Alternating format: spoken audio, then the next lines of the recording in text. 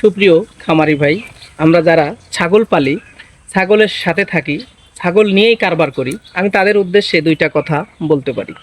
দেখেন, ছাগলের বিচরণ ভূমির সংকটে আমরা অনেকেই ছাগল পালি না এবং ছাগল থেকে মুখ ফিরায় না। আসলে ছাগলের জন্য এখন আর বিচরণ ভূমিটা লাগে না।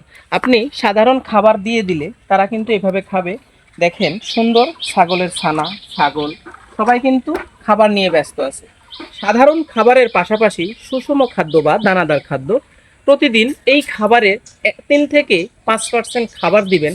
এই খাবারটা খেয়ে এইরকম সুন্দর তরতাজা এবং ভালো খাবার খেয়ে আপনার সুস্থ সবল ছাগল আপনি পেতে পারেন। যদি আপনাকে দেখায়, এই যে দেখেন, চমৎকার রূপে আমার খামারি বা কৃষানি সুন্দর করে এখানে কিন্তু আছে ধানের খড়, ভুসি, চিটাগুড়, লবণ।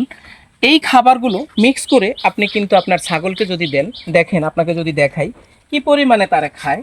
এই যে দেখেন, তাদের এটা কিন্তু সুষম খাদ্য বা দানাদার খাদ্য।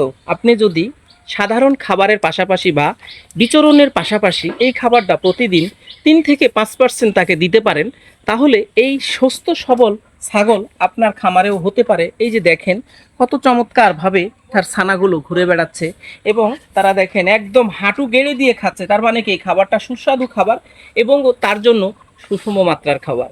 তাই আশা রাখবো আমরা চাইলে ছোট্ট একটু জায়গাতে পরিপূর্ণভাবে ছাগল পালতে পারি, ছাগলের খামারের কথা চিন্তা করতে পারি। ধন্যবাদ।